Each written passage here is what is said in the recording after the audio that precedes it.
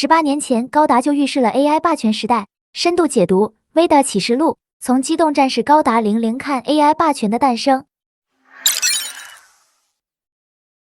Veda 也称之为吠陀，是天人组织所开发的一款超级人工智能系统，其来源由天人组织的创始人伊奥利亚·休罕贝克开发而来。该人工智能系统采用了量子计算机技术，所具备的计算能力十分强大，可以做到实时处理全球产生的数据量，并且 Veda 还使用了先进算法，能够自主持续推动自身改进，不断演化，从而确保自身算力在全球当中处于绝对领先地位。为此，天人组织将 Veda 作为大脑，然后让所有事情的运作都在 Veda 的指挥下进行，同时也给 Veda 设置了必须遵循的底层逻辑，避免 Veda 在演算的过程中背离天人组织走向反面。而创始人伊奥利亚给 Veda 所设置的底层逻辑分别是：一、忠实实现伊奥利亚计划。这个计划简单概括就是发动武力介入，根除战争，以此促成人类统一，并基于此引导人类完成变革，去迎接即将到来的对话时刻。二、防止人类基因库缩小。这一条决定了 Veda 的基本立场，也就是在推进伊奥利亚计划的过程中， Veda 虽然能允许一定程度的牺牲，但是要避免大规模战争爆发和大屠杀的发生。这一点在塔利比亚脱离联合的事件当中就得到了体现。当时塔利比亚意图以武装对抗的方式脱离联合，而这一行径必然会引发战争，所以天人组织立即对塔利比亚进行了武装介入，没有将武装介入的目标放在联合身上。可以说，这一次武力介入明确表达了天人组织在根除战争上没有针对第三方的立场。包括之后 ALOS 组织使用的死照炮，虽然使用的目的是为了加速地球联邦统一进程，但是如果继续使用导致进一步扩大伤亡，将会促使 Veda 提前决策做出改变。从以上2点可以看出，伊奥利亚给 Veda 设置的底层逻辑基本参照了科幻作家阿西莫夫提出的机器人3原则，只不过在 Veda 上则多了个比较清晰的蓝图和目标，这也让伊奥利亚计划成为了天人组织的行动纲领。于是当 Veda 完成开发，开始正式运行的时候，天人组织内的各个终端都与 Veda 进行了连接，让 Veda 对天人组织进行全方位的控制。像天人组织所装备的机动战士高达，机体搭载的操作系统需要连接 Veda 才能启动。就这样，在有 Veda 提供的信息辅助下，天人组织就能在战斗当中形成单向透明的巨大优势，从而确保发起的武装介入顺利展开。反之，一旦高达与 Veda 断开了连接，将会使机体失去动力，从而陷入瘫痪的状态。不过，天人组织为了应对与 Veda 断开连接的情况，倒是有准备了备用操作系统，能让高达重新启动继续战斗。除了武装介入之外，天人组织其他的事情也会在 Veda 的主导下进行，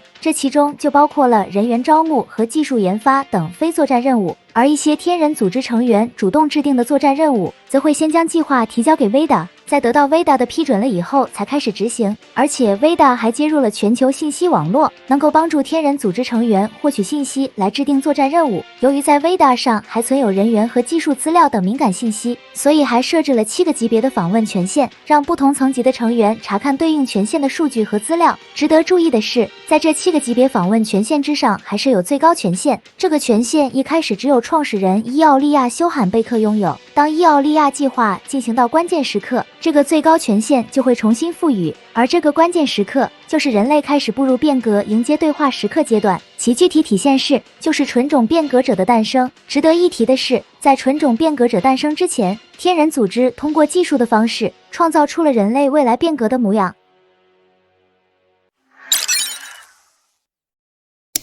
Innovates 准变革者是天人组织使用纳米和基因技术所创造的生物终端，其来源是通过从不同人类捐赠者中提取的基因序列制造而来，所发挥的主要作用是收集各种信息提供给 Veda， 并按照 Veda 指令来落实伊奥利亚计划。虽然从外观上看准变革者与人类没有什么差别，但自身各方面的能力和身体素质要远高于自然人类，这得益于准变革者身体内部含有大量的纳米机器人，而且还能够有效降低自身身体老化的速度，因此准变革者的寿命比自然人类要长。而另一个准变革者与自然人类的巨大区别，就是准变革者具有脑能量波的能力。这个脑能量波可让准变革者直接与 Veda 进行连接，然后通过 GN 粒子直接与 Veda 进行数据交互。在这个交互过程中，变革者的瞳孔就会闪耀，变得非常绚丽。当准变革者与 Veda 断开连接了以后，瞳孔就会恢复到原来的状态，甚至准变革者还能将意识保存到 Veda 上。这样即便准变革者的肉体被消灭，还能将意识通过 Veda 转移到新的肉体上，以此让准变革者在被消灭后还能继续延续下去。虽然准变革者在伦理上存在较大争议，但准变革者凭借超越常人的能力，在技术研发和情报收集等方面给予了天人组织巨大帮助。为了进一步获取更多较为机密的情报信息，Veda 派遣了不少准变革者融入到了人类社会，以间谍的方式渗透到了各个国家。但是这一方式能够获取的机密信息较为有限，所以除了准变革者之外，天人组织还有来自于其他阶层的人员提供协助。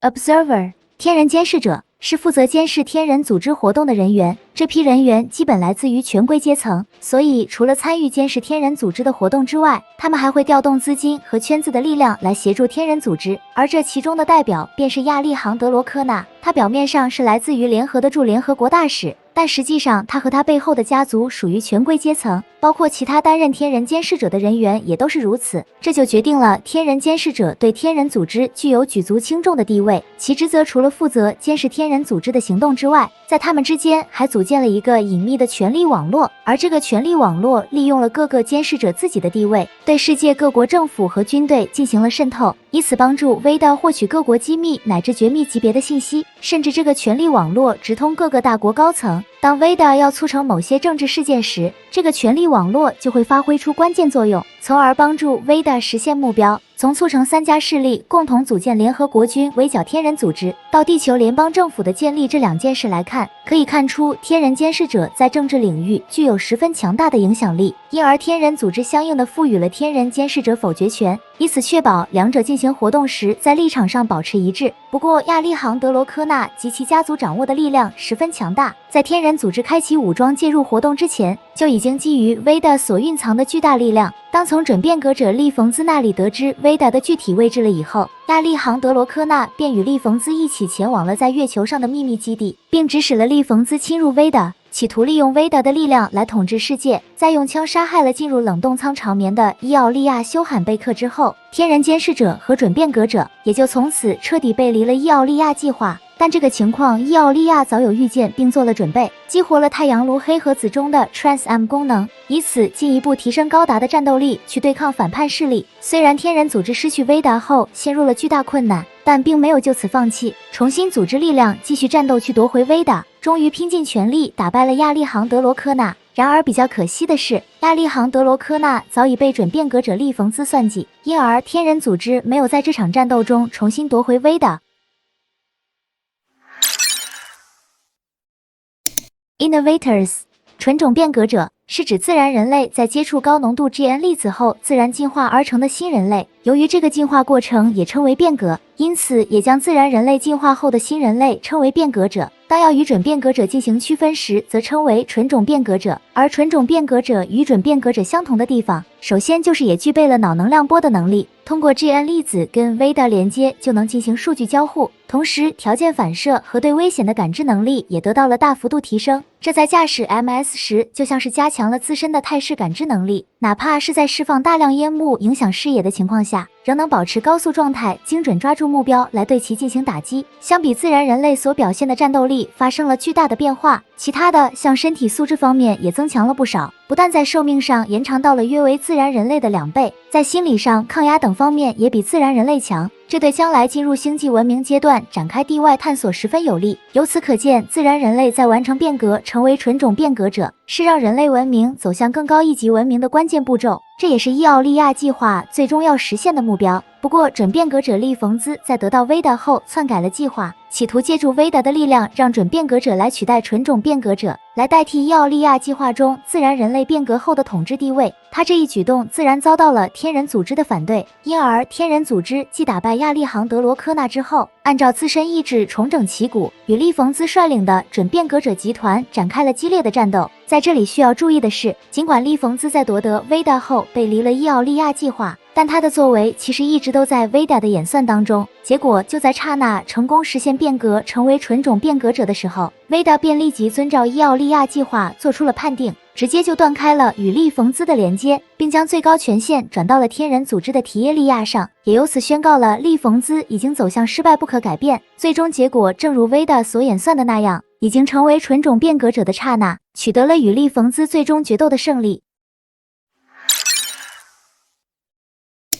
如果从 VEDA、GN 粒子、变革者、太阳能发电系统这些设定来看 OpenAI、5G 网络、智能设备、新能源这4组关键词，就能够发现人类走向数据交互为主的时代，早在这个2007年发布的动画作品就有预示。而且巧合的是，这一年也发布了第1代 iPhone 智能设备。由此可见，高达00对当时前沿技术研究得十分透彻。而当前各国兴起的争夺 AI 霸权浪潮，也使得围绕 VEDA 展开的争夺这一故事情节，就好像是现实里的预演。但如果结合现实重新看待这一故事情节，某种程度上也暗示了争夺 VEDA 的背后，其实是世界政治格局从经济殖民走向数据殖民的转变。